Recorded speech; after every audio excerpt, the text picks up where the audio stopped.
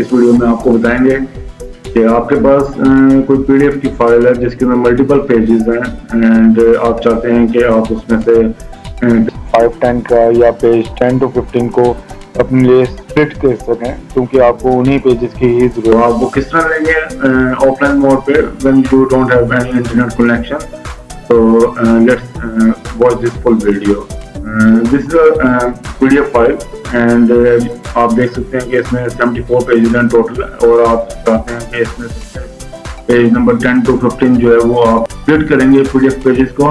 आपने जस्ट एक simple print की कमांड देनी है, प्रिंट लेना है आपने using print to PDF, okay.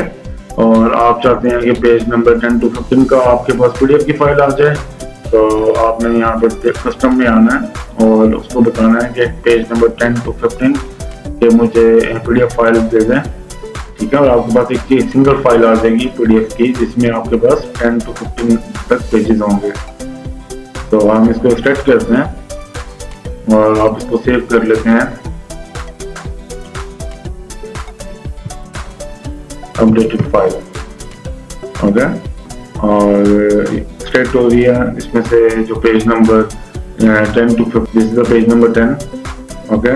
And हम आ जाते हैं 15 पे, तो ये पेज नंबर 15 है। Let's check out the updated file को ओपन करते हैं and see we got the same file in offline mode. Thank you so much. Video पसंद आई हो तो लाइक करें एंड चैनल को सब्सक्राइब करें।